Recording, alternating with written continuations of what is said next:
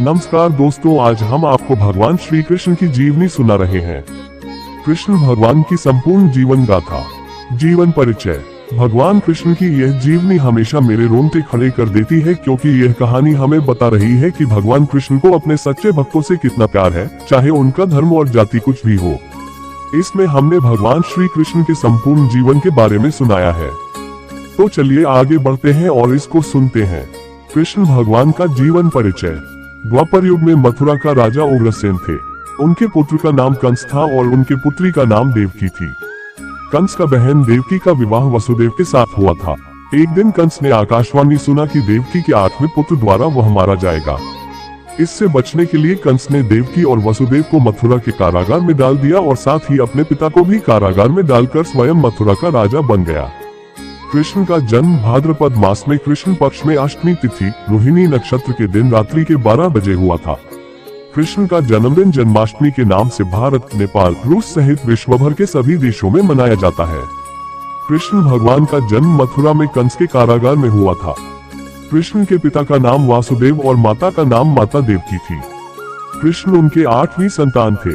भगवान कृष्ण किस वंश के थे? जब भगवान कृष्ण का जन्म हुआ तब कारागृह के द्वार स्वतः ही खुल गए और सभी सिपाही निद्रा में थे। वासुदेव के हाथों में लगी बेड़ियां भी खुल गई। तब वासुदेव अपने पुत्र को लेकर कारागृह से निकल पड़े। गोकुल के निवासी नंद की पत्नी यशोदा को भी संतान का जन्म होने वाला था। वासुदेव अपने पुत्र को यशोदा के पास रखकर उनकी संतान को लेकर मथुरा चले आए। कृष्ण भगवान का जन्म। कंस अपनी बहन देवकी के सभी बच्चों को मारने की व्यवस्था करता है। जब कंस इस नवजात शिशु को मारने का प्रयास कर रहा था, तब शिशु बालिका हिंदू देवी दुर्गा के रूप में प्रकट होती है तथा उसे चेतावनी देते हुए कि उनकी मृत्यु उसके राज्य में आ गई है। कृष्ण की बचपन की कहानी। कृष्ण भगवान के एक बहन और एक भाई थे। कृष्ण भगवान भाई का नाम बलराम और बहन का नाम सुभद्रा थी। अपने जन्म के कुछ समय बाद ही कंस द्वारा भेजी गई राक्षसी पूतना का वध किया। उसके बाद शकटासुर, तृणावर्त आदि राक्षस का वध किया। बाद में गोकुल छोड़कर नंद गांव आ गए। वहां पर भी उन्होंने कई लीलाएं की, जिसमें गोचरण लीला, गोवर्धन लीला, रास लीला आदि मुख्य है। भगवान कृष्ण ने स्नान करती गोपियों के कपड़े चुराकर उन्हें एक सिख दिया था। राधा व कृष्ण का प्रेम। भगवान कृष्ण ज्यादातर समय अपने प्रिय सखी राधा के साथ बिताना पसंद करता था। उनके साथ खेला कूदा, रास रचाए। इतना ही नहीं, कृष्ण ने सबसे ज्यादा बंसी राधा के कहने पर बजाए। राधा कृष्ण का प्रेम ऐसा था जिसकी आज भी मिसाल दी जाती है।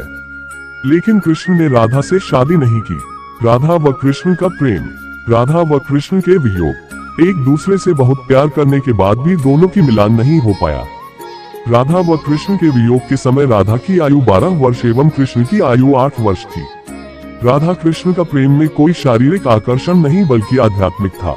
राधा और कृष्ण जब आखिरी बार मिले थे तो राधा ने कृष्ण से कहा था कि भले ही वो उनसे दूर जा रहे हैं, लेकिन मन से कृष्ण हमेशा उनके साथ ही रहेंगे।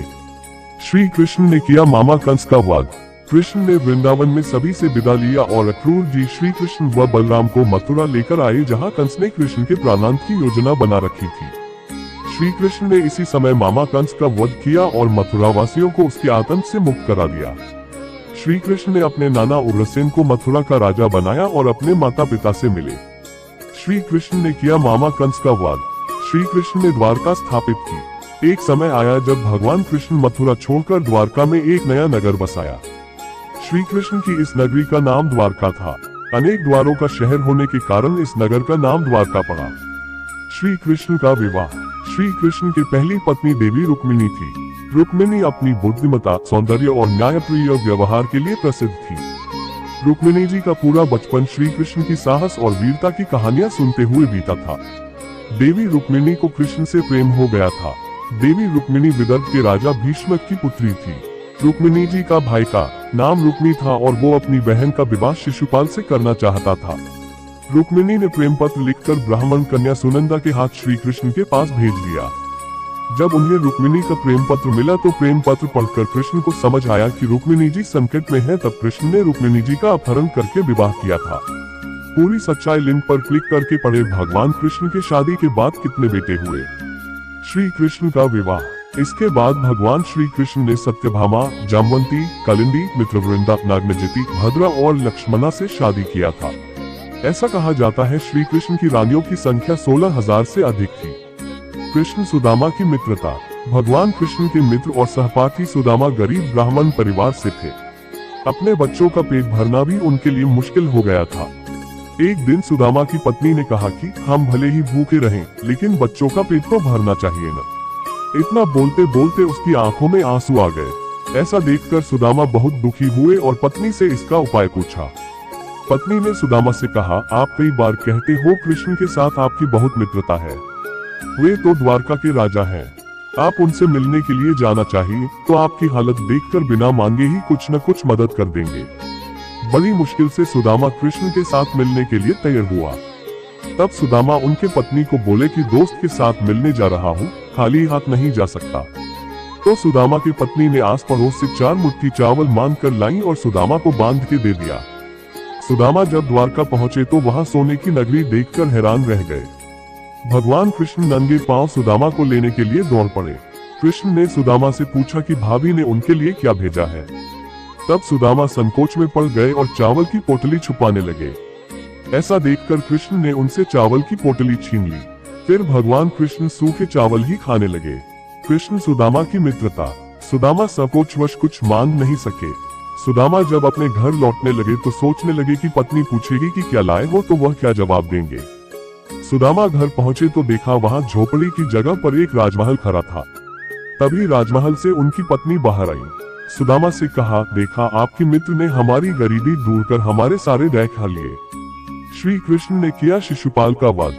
श्री कृष्ण अपने पिता वासुदेव जी की बहन अर्थात अपनी बुआ के घर गए। तब श्री कृष्ण की बुआ ने उनसे वचन लिया कि वे शिशुपाल का वध नहीं करेंगे। अपनी बुआ को भी दुखी नहीं करना चाहते थे, अतः उन्होंने वचन दिया कि वे शिशुपाल की 100 गलतियां क्षमा कर देंगे, परंतु 101वीं भूल पर वे उसे अवश्य दंडित करेंगे।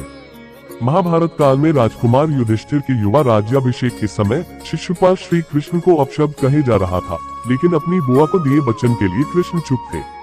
लेकिन शिशुपाल अपमान किए जा रहा था।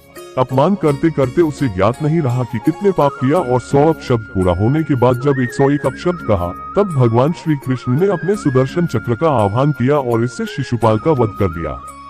महाभारत युद्ध। महाभारत के युद्ध में भगवान श्री कृष्ण पांडवों के पक्ष में थे।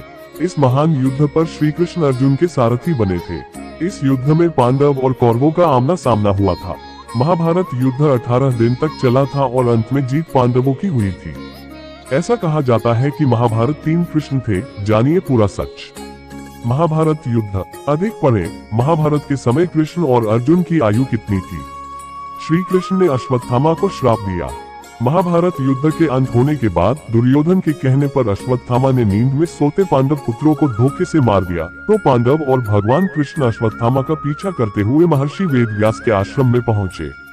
तब अश्वत्थामा ने पांडवों में ब्रह्मास्त्र से आक्रमण किया। यह देखकर अर्जुन ने भी अपना ब्रह्मास्त्र छोड़ दिया।